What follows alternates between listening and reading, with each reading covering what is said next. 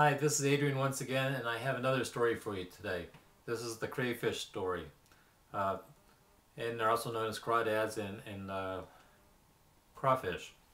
But in my part of the country, we called them crayfish. Uh, but what brought me onto this story, what made me think of it, is I was on a call the other day, and there was a lot of us there that were just starting business, and we were talking about some of the obstacles and some of the fears that people have. And the two that really stuck out for me were the fear of picking, a lot of people have a lot of different passions and interests, the fear of picking one of them and kind of forsaking all the rest of them. And the other thing that was brought up that really stuck in my mind was the fear of picking one and it not being the right one. So I started thinking about that, and I said, well, how do I apply that to my own life?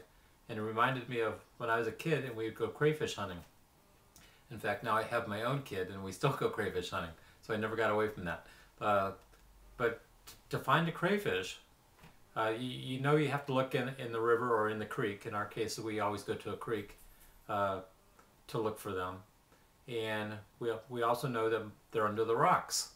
So what we do is when we set out to catch crayfish, first thing we have to do is we have to find the creek. So we get in the creek, now we start looking for the rocks. And you're peering under the rocks, you're looking under this one, and you're looking under that one. You've got to open them up kind of slowly and see what's under there and really explore the terrain under the rock to see if that crayfish is in there. And I started thinking about that. And a lot of times people have a fear of which rock to start with first. Well, when you're looking at it, it doesn't make any difference what rock you start with first. You just pick up one. If it's not under that one, you go on to the next one. So there's really no failure there. It's only success. If you pick up the first rock and there's no crayfish there, you know he's under some other rock. And you pick up the next one. If he's not there, you go to the next one because you know that's where crayfish live. So eventually you're going to find that crayfish. So it doesn't make any difference where you start with your business. Just get started and pick one of them. And if you fail with that, you just go to the next one. It's that simple. The other thing was taking a particular one and deciding, well, I'm going to forget about the rest. Well, you don't really forget about the rest. You just start with one. And when you're looking at all the rocks and you're overwhelmed with which one to start with, just start with the one that's closest to you. It just makes perfect sense. So find something, you've got to narrow it down a little bit. You don't look under the rocks that are in the field. You look under the rocks that are in the stream.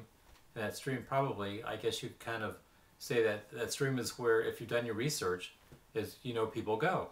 So you find that rock, it doesn't make any difference which one you start with, and just open one up there and take a look at it and explore that one. That doesn't mean it's the only rock to go look under. As you go along and you pick that one crayfish and you have success, you may want to go to the next rock and start looking for some more crayfish, because as you know, one crayfish isn't enough. So that's my story today. Hope you enjoyed it. Leave some comments and perhaps tell me some stories of your own. This is Adrian, and I'll see you somewhere in the videos. Bye for now.